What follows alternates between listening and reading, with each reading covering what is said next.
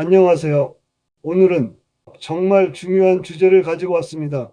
바로 건강보험 피부양자가 되는 조건과 효율적인 대처 방안에 대한 이야기입니다.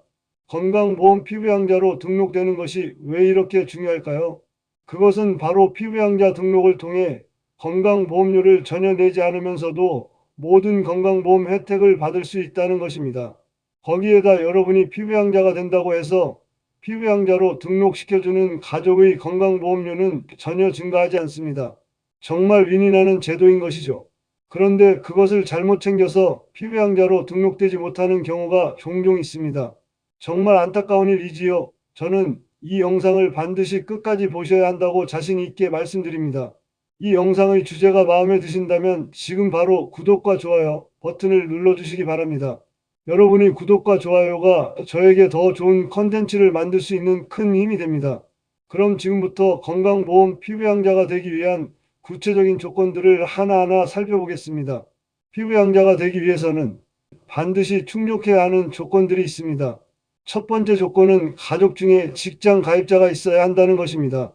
은퇴자 입장에서는 배우자, 자녀 또는 자녀의 배우자 중에 직장에 다니면서 직장 건강보험에 가입된 사람이 있어야 한다는 의미입니다.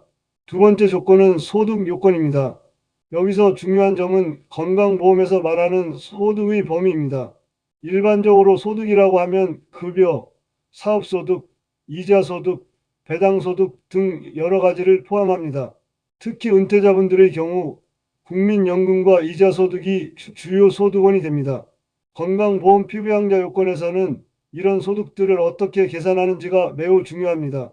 세 번째 조건은 재산 요건입니다. 재산 요건에서 주의해야 할 점은 공시가격이 아닌 과세표준 기준으로 계산된다는 것입니다.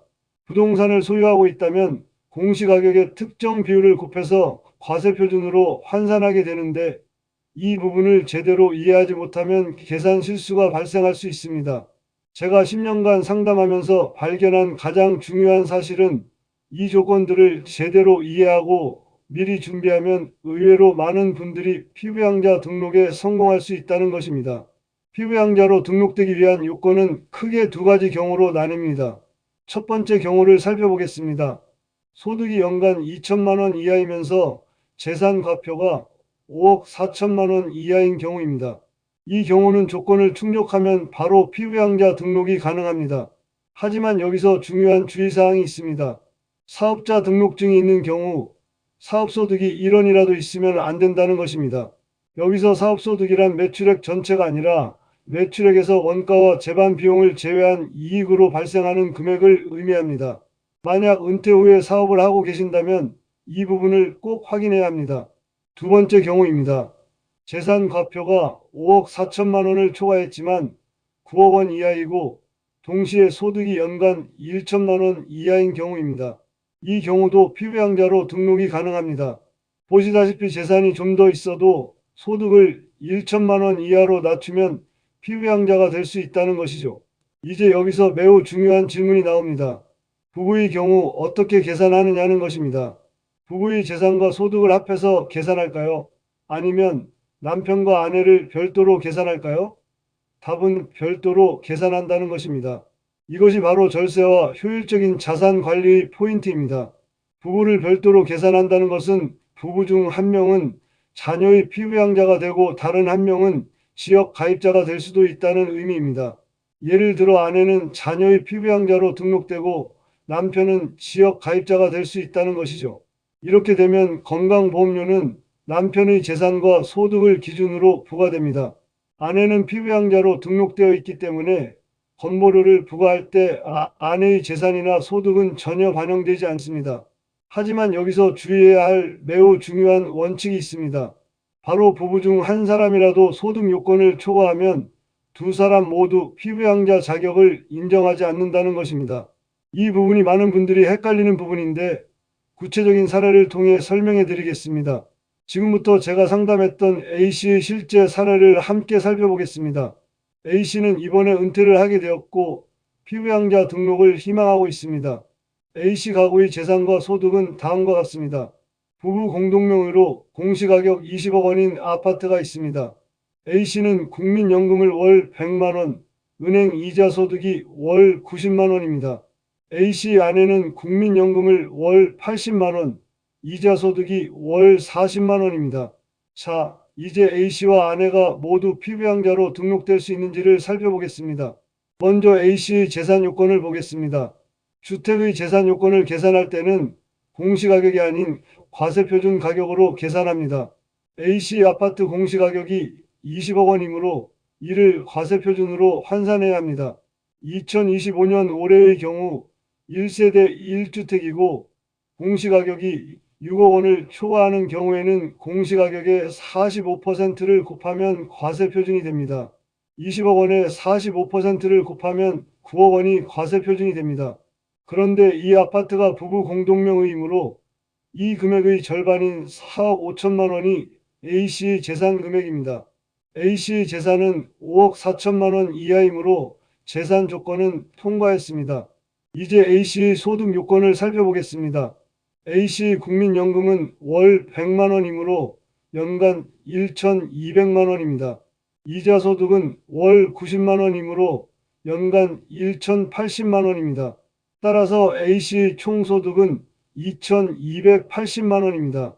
피부양자 요건인 2천만 원을 초과했습니다. A씨는 피부양자로 등록될 수 없습니다. 이제 A씨 아내를 살펴보겠습니다. 아내의 재산은 남편의 경우와 동일하게 4억 5천만 원입니다. 아내의 소득을 계산해 보겠습니다. 국민연금은 월 80만 원이므로 연간 960만 원입니다. 이자 소득은 월 40만 원이므로 연간 480만 원입니다. 여기서 중요한 규칙이 있습니다. 금융소득, 즉 이자 소득과 배당 소득은 연간 1천만 원까지는 소득으로 계산하지 않습니다. 따라서 아내의 금융소득 480만 원은 소득에서 제외됩니다. 아내의 소득은 국민연금 960만 원만 계산되므로 총 960만 원입니다. 아내의 재산과 소득을 보면 충분히 피부양자 등록 자격이 있는 것처럼 보입니다. 하지만 여기서 앞서 말씀드린 중요한 규칙이 적용됩니다. 남편 A씨가 소득 요건 2천만 원을 초과하여 피부양자 자격을 충족하지 못했기 때문에 아내도 피부양자가 될 수 없고 지역 가입자로 변경되어야 하는 것입니다. 부부 중 한 명이라도 소득 요건을 초과하면 둘 다 피부양자 자격을 잃는다는 규칙입니다. 그렇다면 이런 경우 어떻게 해야 할까요? 좋은 해결 방법이 있습니다. A씨 은행 예금 중에서 일부를 아내에게 이전하면 됩니다. 구체적으로 설명하겠습니다. A씨 은행 예금 중에서 이자가 월 60만 원 정도만 발생하도록 남기고 나머지는 아내에게 이전하면 됩니다. 이렇게 되면 A씨의 소득은 국민연금 월 100만 원, 즉 연 1,200만 원과 이자 소득 월 60만 원, 즉 연 720만 원이 됩니다. 여기서 매우 중요한 포인트입니다.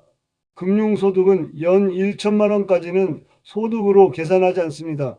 따라서 A씨 이자 소득 720만 원은 소득에 포함되지 않습니다. A씨 최종 소득은 국민연금 1,200만 원만 계산되어 피부양자 요건을 충족합니다.